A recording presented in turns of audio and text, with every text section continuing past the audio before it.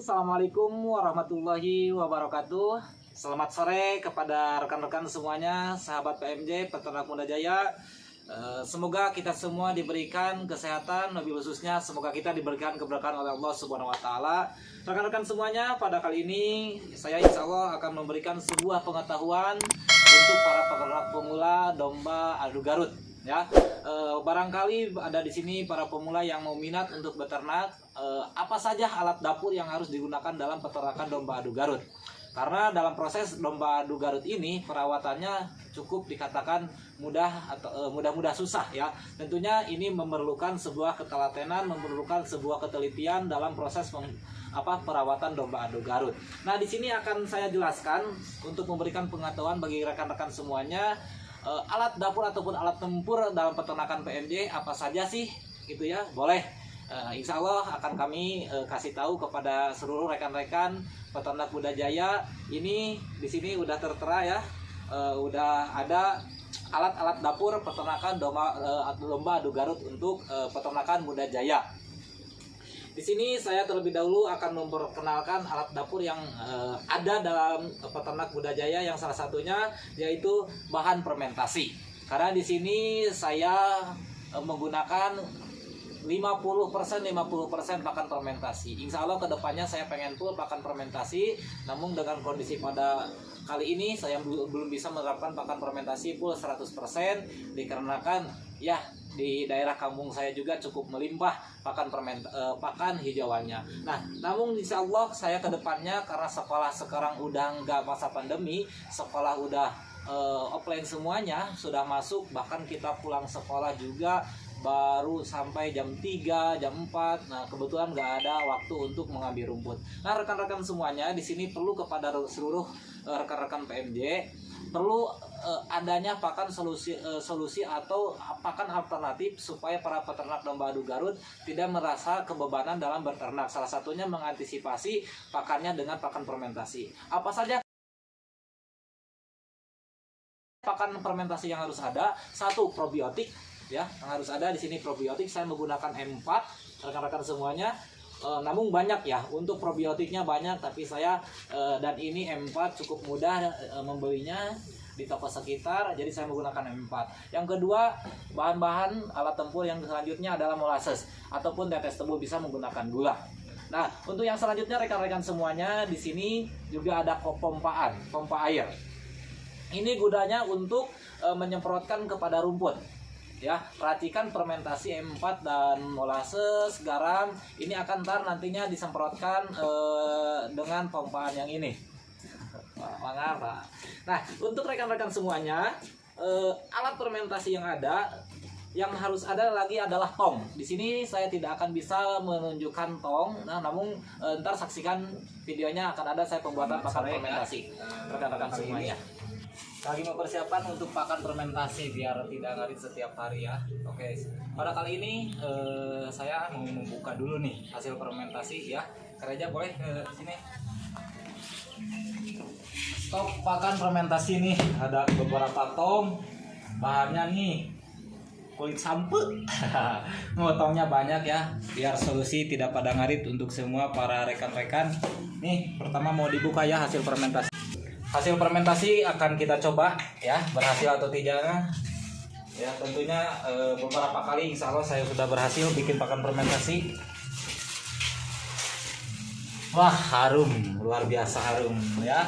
Pakan fermentasi aman untuk domba ya. Ini hasilnya luar biasa, mantap sekali.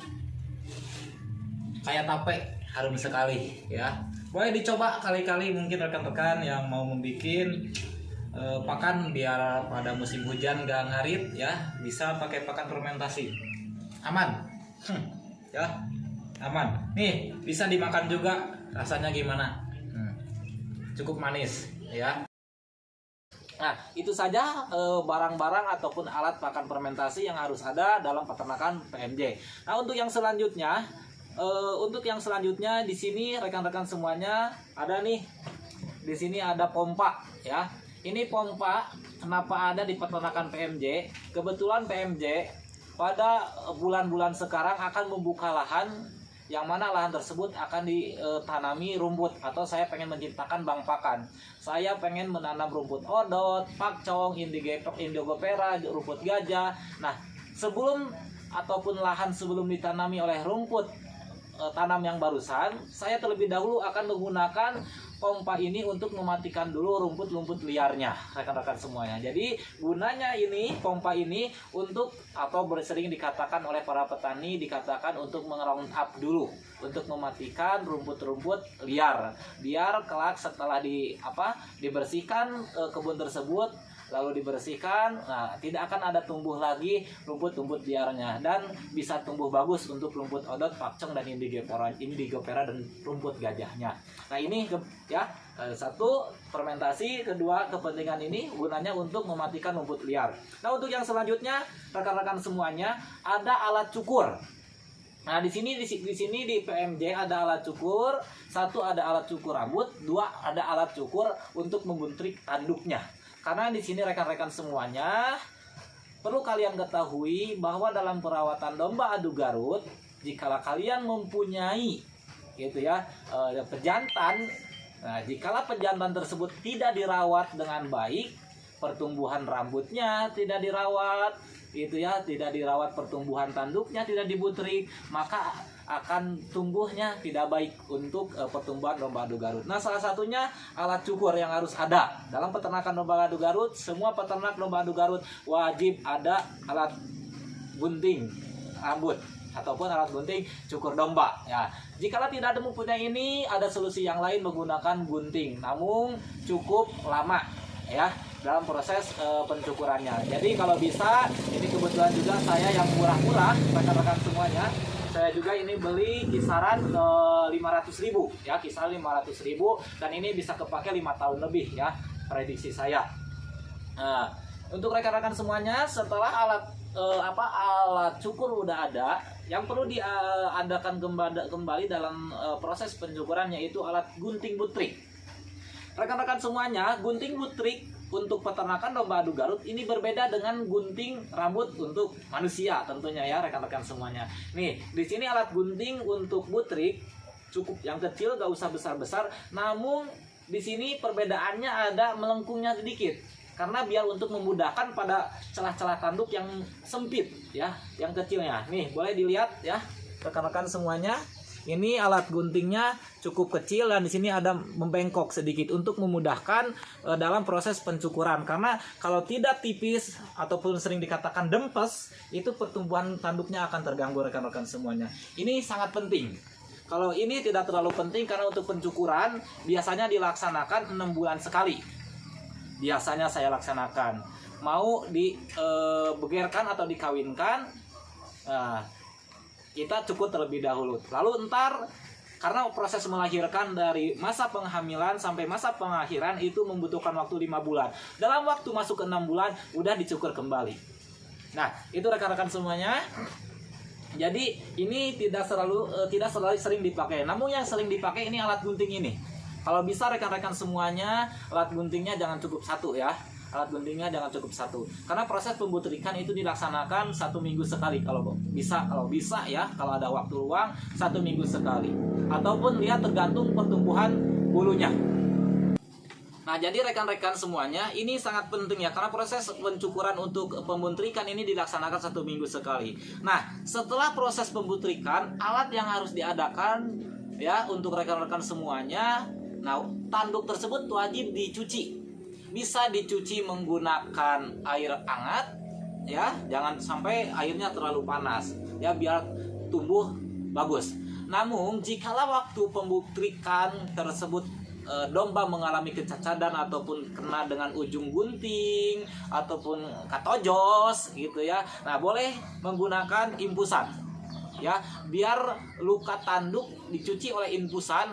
Kalau saya biasa menggunakan NaCl untuk membersihkan luka, ataupun ada luka bekas pisau, goretan atau gimana-gimana, ini bisa dicuci dengan NaCl. Ya ini gunanya infusan, ini untuk membersihkan luka di tanduk. Karena sejatinya domba adu Garut, jikala masa pertumbuhan tanduk domba domba akan mengalami gatal. Sekali lagi saya tegaskan, ketika masa pertumbuhan domba adu Garut, domba akan mengalami gatal-gatal karena perangsangan untuk pertumbuhan tanduk tersebut cukup memancing emosional kegatalan kulit tanduknya. Nah, biasanya itu menyebabkan luka. Lukanya bukan dikarenakan pertumbuhan tanduk, tapi domba tersebut selalu menggesek-gesekkan kepada kandang, kepada tiang ataupun menubruk-nubruk sehingga luka. Nah, boleh dibersihkan oleh ini NHCl. Saya biasanya menggunakan NHCl. Dan biasanya setelah dikasih ini, domba mengalami ketenangan, tidak menggaruk-garukan lagi kepada kandang-kandang, pinggiran kandang.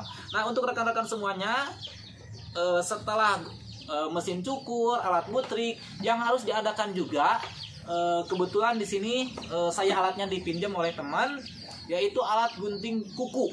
Ya, biasanya ini alat gunting kuku dilaksanakan cuma 6 bulan sekali, jadi nggak terlalu penting. Kalau misalkan nggak ada gunting kuku, tentunya beda ya. Alat gunting kuku dengan alat gunting manusia itu berbeda. Biasanya alat gunting kuku itu sama dengan alat stek pohon untuk mencangkok ataupun ya sambung bucuk, biasanya itu sama rekan-rekan semuanya. Nah, itu gak terlalu penting, itu digunakannya biasanya 6 bulan sekali ketika masa kebersamaan untuk mencukur dan lalu menggunting kuku. Nah, untuk rekan-rekan semuanya, di sini ada infusan ya. Kami menjelaskan ada infusan 2 jenis.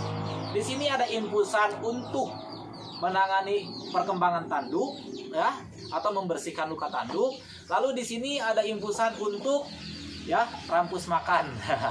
Ya, salah satunya bukan rampus makan, intinya karena waktu dulu kami mengalami kambing tersebut kembung, domba tersebut kembung, ada solusi dari rekan ya, kebetulan rekan saya dari peternakan gitu ya, dan ada keluarga saya juga dari kesehatan.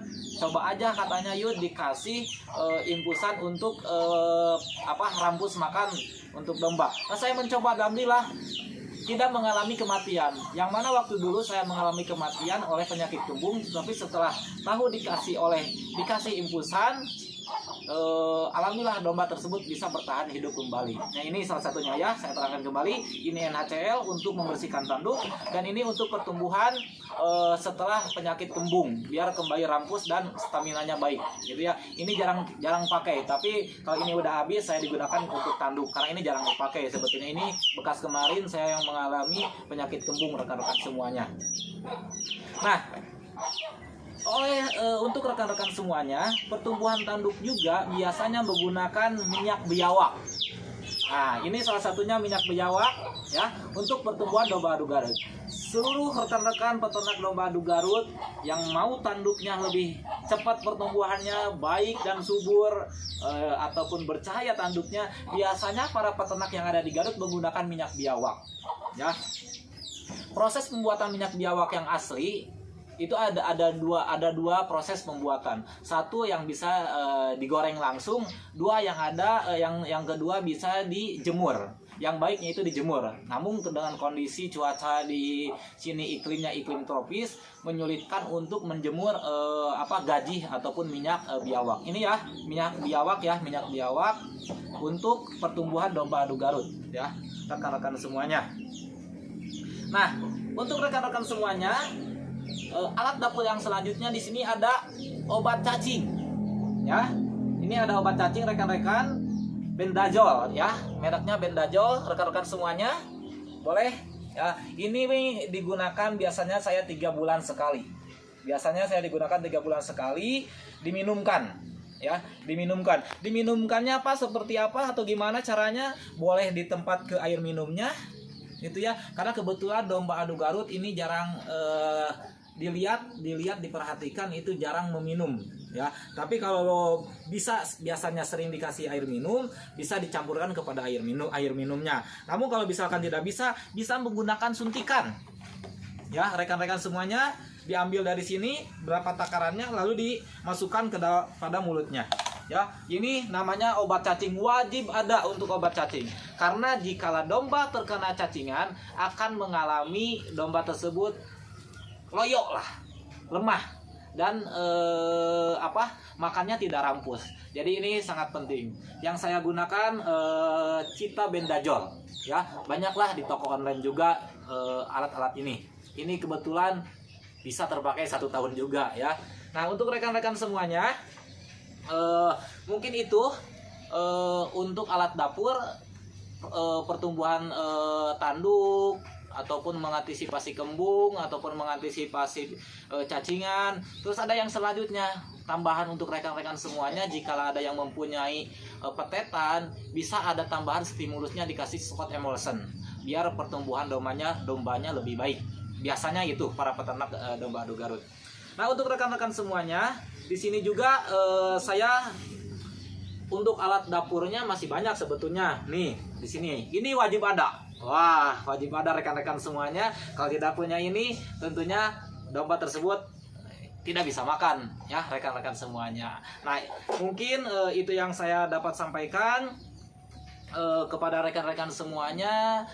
Semoga untuk para pemula yang pengen tahu alat-alat dalam peternakan harus apa ada saja, yang cukup ini juga udah cukup mewakili semuanya gitu ya. Namun jika pengen lebih komplit lagi, mungkin yang ada di PMJ ya, yang ada di PMJ barusan udah dijelaskan. Barangkali ada rekan-rekan semuanya yang pengen tahu barang apa yang harus diadakan. Untuk kedepannya saya juga akan membahas lagi, ada bengkel tanduk. Perlu kalian ketahui semuanya, rekan-rekan semuanya, perlu kita ketahui di peternakan domba adu Garut wajib ada bengkel tanduk. Biasanya tanduk tersebut mengalami kesinetrisannya tidak sama. Nah di situ biasanya suka dibetulkan ataupun ada bengkelnya. Namun waktu pada kali ini kami tidak akan membahasnya, karena untuk bengkel tanduk domba adu Garut ntar kami akan saksikan akan ada kontennya gitu ya. Nah untuk rekan-rekan semuanya, mungkin itu saja yang saya sampaikan. Cukup sekian dari kami untuk penjelasan alat dapur domba adu Garut. Semoga memberikan pengetahuan bagi rekan-rekan semuanya dan menjadikan peternak muda menjadi lebih sejahtera dan tidak diperkaya oleh domba, karena sejatinya adalah kita peternak yang muda, jaya dan sukses. Salam peternak muda jaya.